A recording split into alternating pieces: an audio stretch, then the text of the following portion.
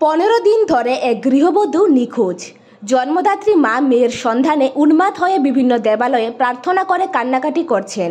অপরদিকে মেয়েটি কোথায় আছে সন্ধানের জন্য পুলিশের কাছে লিখিতভাবে বিষয়টা জানিয়েছেন, কিন্তু 15 দিন চলে এখনও কোনো হদিশ পাওয়া যাচ্ছে না। উল্লেখ্য, কলিখলা ভিলেজের মাতামবাড়ি গ্রামের নারায়ণ পালের মেয়ে বিয়ে দেওয়া হয়েছিল আনুষ্ঠানিকভাবে নির্ভয়পুর গ্রামে। মেয়েটির স্বামীর নাম কৃষ্ণ মজুমদার। 15 দিন আগে শিপ্রা রানী স্বামীর বাড়ি থেকে ছোট্ট 2 সন্তানকে নিয়ে বাপের বাড়িতে আসে। যেদিন আসে তারপর দিন ছিল মঙ্গলবার। সকাল 9টায় শিপ্রা পাল, বয়স 22, কিছু প্রয়োজনীয় কাগজপত্র ঠিক করানোর জন্য সোনামুড়া যা একাই। তারপর থেকে আজ অবধি 15 দিন চলে বাড়িতে এখনও ফিরে আসেনি। কোথায় গেল 3 দিন ধরে খোঁজাখুঁজি করা হয়েছে আত্মীয় স্বজনের বাড়িতে, কিন্তু কোনো সন্ধান পাওয়া যাচ্ছে না। চতুর্থ দিন লিখিতভাবে যাত্রাপুর থানায় পুলিশের কাছে বিষয়টা জানানো হয়, কিন্তু অদ্যাবধি কোনো সন্ধান মিলছে না। পরক্ষণে সংবাদকর্মীর দ্বারস্থ হয় তারা।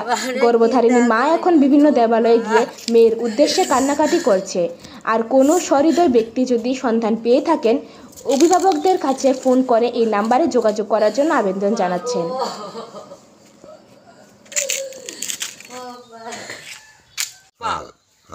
আমার নাম জ্যোৎস্না রানী পাল, বাড়ি মাতামবাড়ি। এরপরে পঞ্চায়েত কালীখোলা ভিলেজ, নাকিতে কালীখোলা ভিলেজ। এরপরে আমার স্বামীর নাম হয়েছে নারায়ণ পাল। তো আমার মেয়ে গত সোমবারে আমার বাড়িতে গেছে। বাড়িতে যাওয়ার পরে কাগজপত্র ঠিক করবো কই মঙ্গলবারে 9টার দিকে বাড়ির তুন সোনামুড়া গেছে। মেয়ে বিয়া দিছি সোনামুড়া, আরে মেয়ে বিয়া দিছি নিব্বাপুর। মেয়ে জামাইয়ের নাম হয়েছে কৃষ্ণ মজুমদার। মেয়ে জামাইয়ের বাপের নাম হয়েছে মালু মজুমদার। ছেলে সন্তান আছে? ছেলে সন্তান বলতে আমার মেয়ের ঘরে এক মেয়ে এক ছেলে আছে। এরা কই আছে এখন?